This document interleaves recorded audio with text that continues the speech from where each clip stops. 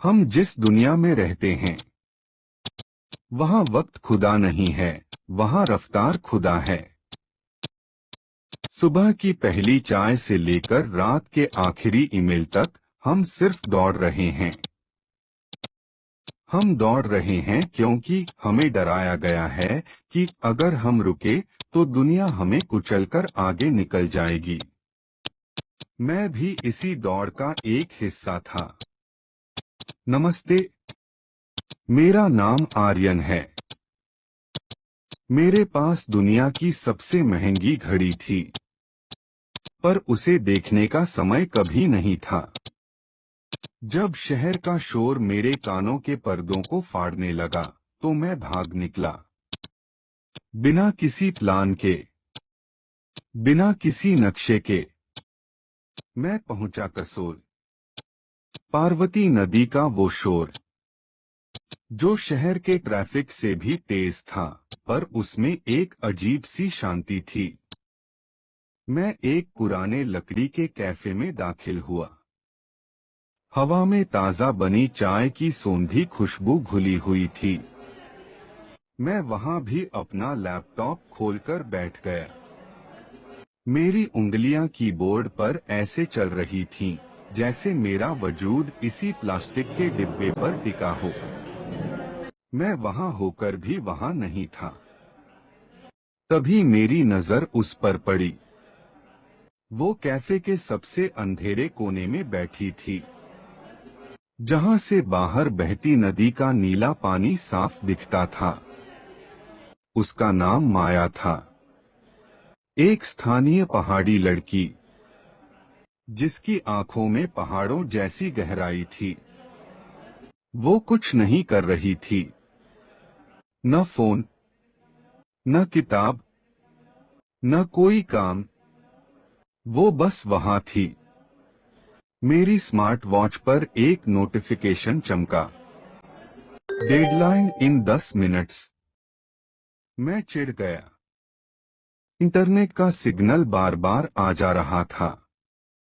मैंने मेज पर हाथ मारा और बुदबुदाया, धत तेरे की।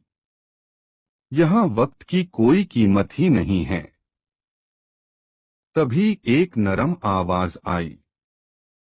साहब, यहाँ वक्त की कीमत नहीं है, क्योंकि यहाँ वक्त बिकाऊ नहीं है। मैंने सर उठाकर देखा। वो मेरी तरफ देख रही थी। उसकी मुस्कुराहट में एक अजीब सा तंज था, जैसे वो मुझ पर तरस खा रही हो। उसने अपनी ठंडी हो चुकी चाय का कप उठाया और मेरी मेज पर आ बैठी। यहाँ से शुरू हुआ वो संवाद जिसने मेरी सोच की बुनियाद हिला दी। माया ने मुझसे पूछा, तुम दिल्ली से आए हो ना? वहाँ वक्त को पकड़ कर रखते हो, या वक्त तुम्हें पकड़ कर रखता है? मैंने हंसकर कहा, वहाँ वक्त पैसा है माया। 1 मिनट की देरी यानी हजारों का नुकसान। उसने खिड़की के बाहर इशारा किया और कहा, इस नदी को देखो, ये हजारों सालों से बह रही है। इसे कहीं पहुंचने की जल्दी नहीं है, फिर भी ये समंदर तक पहुंच ही जाती है।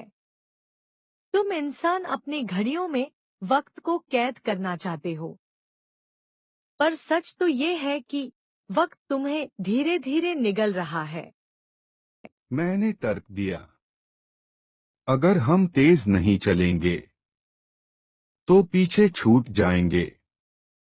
माया ने एक गहरी सांस ली और बोली, पीछे किससे छूटना है? उस मौत से जो अंत में खड़ी है, या उस जिंदगी से जो अभी तुम्हारे बगल से गुजर रही है और तुम उसे देख भी नहीं पा रहे? तुम वक्त को बचाने की कोशिश करते हो ताकि उसे बाद में खर्च कर सको। पहाड़ हमें सिखाते हैं कि वक्त बचाया नहीं जाता, वक्त सिर्फ जिया जाता है। जो पल तुम अभी इस लैपटॉप की स्क्रीन पर बिता रहे हो, वो कभी वापस नहीं आएगा। तुमने वक्त जीत लिया, पर तुमने पल हार दिया। उसकी बातें मेरे कानों में गूंजने लगी। मैंने पहली बार अपना लैपटॉप बंद किया। कैफे में जलती हुई मोमबत्ती की लौ को गौर से देखा। पार्वती नदी की लहरों का संगीत अब साफ सुनाई दे रहा था। मुझे महसूस हुआ कि मेरे कंधे जो हमेशा तनाव में रहते थे, अब ढीले पड़ गए हैं।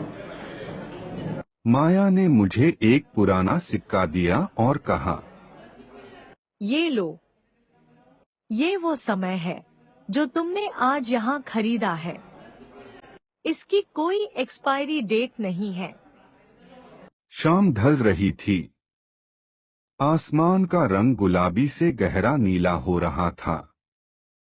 मैंने महसूस किया कि पिछले 10 सालों में मैंने कभी सूर्यास्त को पूरा देखा ही नहीं था। मैं हमेशा ऑफिस की लिफ्ट में या कैब की खिड़की से उसे चेक करता था। आज मैंने पहली बार उसे जिया। मुझे समझ आया कि हम शहर वाले जिंदा रहने के इंतजाम में इतने मसरूफ हैं कि जीना ही भूल गए हैं। माया ने मेरी सिर्फ समय की परिभाषा नहीं बदली, उसने मेरा वजूद बदल दिया। उस रात मैंने अपनी घड़ी उतारकर बैग के सबसे निचले कोने में डाल दी। मुझे अब ये नहीं जानना था कि कितने बजे हैं। मुझे बस ये जानना था कि मैं कैसा महसूस कर रहा हूँ। अगली सुबह जब मैं कसोल से निकला, तो पहाड़ों की चोटियों पर ताजा बर्फ गिर रही थी। मैंने माया को दोबारा नहीं देखा। शायद वो कोई इंसान नहीं थी। इन पहाड़ों का ही कोई संदेश थी। मैं वापस शहर जा रहा हूँ। पटरियां वही होंगी। ऑफिस का केबिन भी वही होगा। वही ईमेल और वही शोर। पर अब मैं बदल चुका हूँ। अब मैं मैनेजर नहीं बल्कि एक मुसाफिर बनकर काम करूंगा। अब जब भी मेरा बॉस कहेगा कि वक्त कम है, मैं मन ही मन मुस्कुराऊंगा और कसोल के उस कैफे की खामोशी याद करूंगा। याद रखिएगा दोस्तों, घड़ी की सुइयां आपको सिर्फ ये बताती हैं कि आप कितने बूढ़े हो रहे हैं, वो ये नहीं बताती कि आपने कितना जिया है। तो आज ही रुकिए। अपनी उस दौड़ को विराम दीजिए जिसका कोई अंत नहीं है। क्योंकि जिस दिन आप रुकेंगे, उसी दिन आपकी यात्रा शुरू होगी। वक्त की कैद से जरा आजाद होकर देख। जिंदगी खड़ी है दरवाजे पर, बस एक बार मुस्कुरा कर देख। न कोई मंजिल है, न कोई रास्ता पराया है। जिसे जीना आ गया, उसने खुदा को पाया है। अलविदा कसोल।